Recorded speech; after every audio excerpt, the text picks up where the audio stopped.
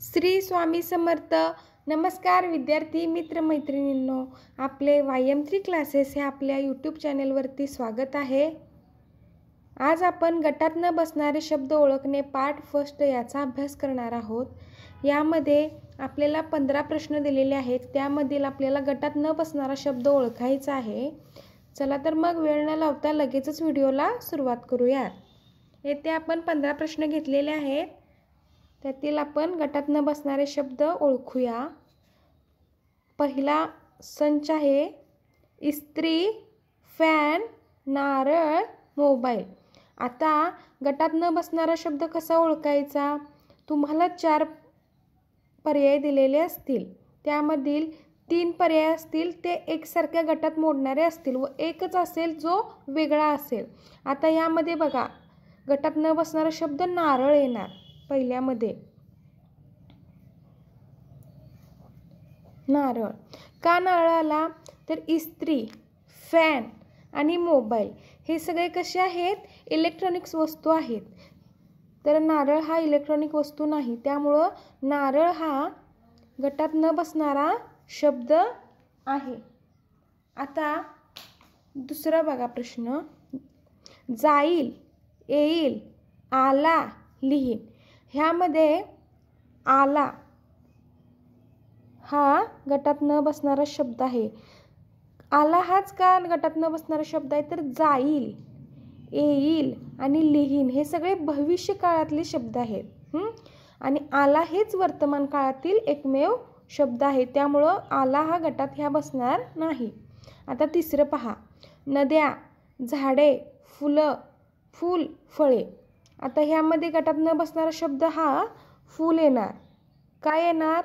तर नद्या, झाडे आणि फळे हे एकवचनी आहेत आणि फूल हे एकटंच काय आहे? तर नद्या, झाडे, फळे हे अनेकवचनी आहेत व फूल हे एकवचनी आहे, त्यामुळं फूल हे गटात न बसणारा शब्द आहे.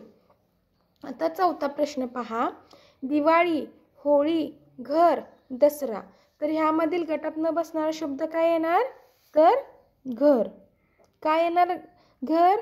तर दिवाळी, होळी आणि दसरा हे सण आहेत आणि घर हा एकटाच वेगळा शब्द आहे. आता पाचवा प्रश्न, कपाळ, हस्त, ललाट, भाळ. तर ह्यामधला गटात न बसणारा शब्द कोणता येणार? तर हस्त. काय येणार तो शब्द? कारण कपाळ, ललाट आणि भाळ हे कपाळचे समानार्थी शब्द आहेत. तर हस्त हा हात, हस्त म्हणजेच हात असा अर्थ होतो, त्यामुळे हस्त हा वेगळा शब्द किंवा गटात न बसणारा शब्द आहे. आता 6वा पहा प्रश्न, चैत्र, वैशाख, मे, आषाढ. तर यामधील गटात न बसणारा शब्द कोणता येणार? तर मे. काय येणार? तर चैत्र, वैशाख, आषाढ हे मराठी महिने आहेत व मे हा इंग्रजी महिना आहे. त्यामुळं चैत्र, वैशाख, आषाढ हे एकसारखे गट आहेत व मे हा वेगळा आहे. आता 7वं पहा, मोगरा, चाफा, वही आणि जुई. तर ह्यामधील गटात न बसणारा शब्द हा वही आहे. का आहे वही? कारण मोगरा, चाफा व जुई हे काय आहेत? फुलं आहेत. हा फुलांचा संच वेगळा झाला आणि वही त्यामध्ये मोडतं का? नाही. तर त्यामुळं वही हा गटात न बसणारा शब्द आहे. आता 8 नंबरचं पहा प्रश्न, विनोद, नवल, आश्चर्य, विस्मय.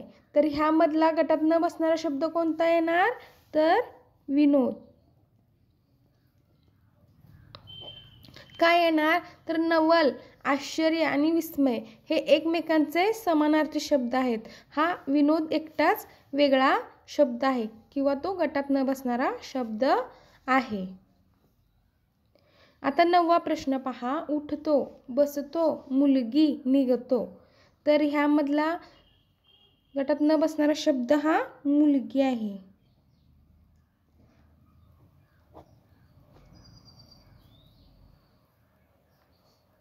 का हे वेगळं तर उठतो, उठणे, बसणे, निघणे ही क्रिया दर्शवते. मुलगी क्रिया दर्शवते का तर नाही. त्यामुळं मुलगी हा वेगळा शब्द आहे किंवा गटात न बसणारा शब्द आहे. आता 10वं पहा, बैल, गाय, घोडा, कुत्रा. आता ह्यामधला गटात न बसणारा शब्द हा गाय आहे.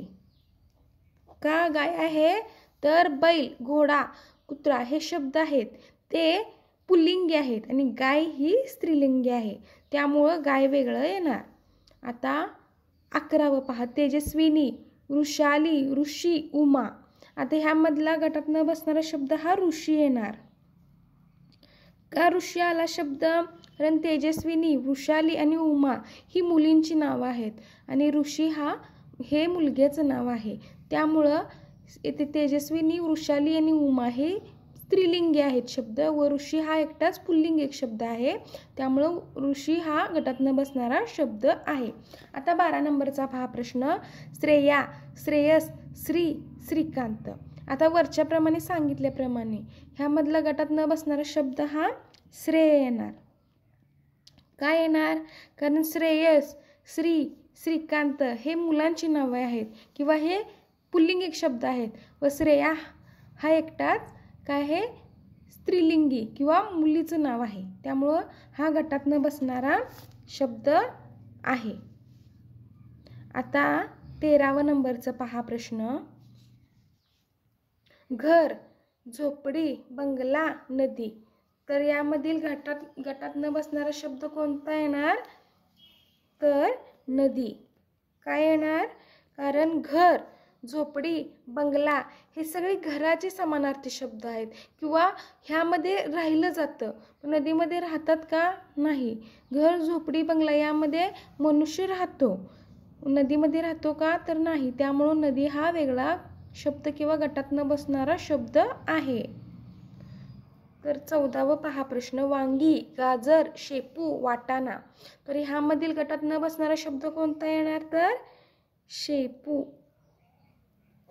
काय येणार शेपू तर वांगी, गाजर, वाटाणा ही फळभाज्या आहेत आणि शेपू पालेभाज्या आहे. त्यामुळे शेपू इथं वेगळा शब्द किंवा गटात न बसणारा शब्द आहे. आता 15वं पहा, रविवार, सोमवार, फ्रायडे, मंगळवार. आता इथं काय येणार गटात न बसणारा शब्द तर फ्रायडे. काय येणार तर रविवार, सोमवार, मंगळवार हे मराठीतील वार आहेत. फ्रायडे आपण इंग्लिशमध्ये म्हणतो. त्यामुळं गटात न बसणारा शब्द हा फ्रायडे आहे. तर विद्यार्थी मित्रांनो, अशा प्रकारे आज आपण गटात न बसणारे शब्द ओळखणे पार्ट 1 याचा अभ्यास केलेला आहे. आपल्याला जर व्हिडिओ आवडला असेल तर आपल्या व्हिडिओला लाईक करा. आपल्या YM3 क्लासेस या यूट्यूब चॅनलला सबस्क्राईब करा. नोटिफिकेशन बेल प्रेस करून ऑल ह्या बटनावरती क्लिक करा. थँक्यू.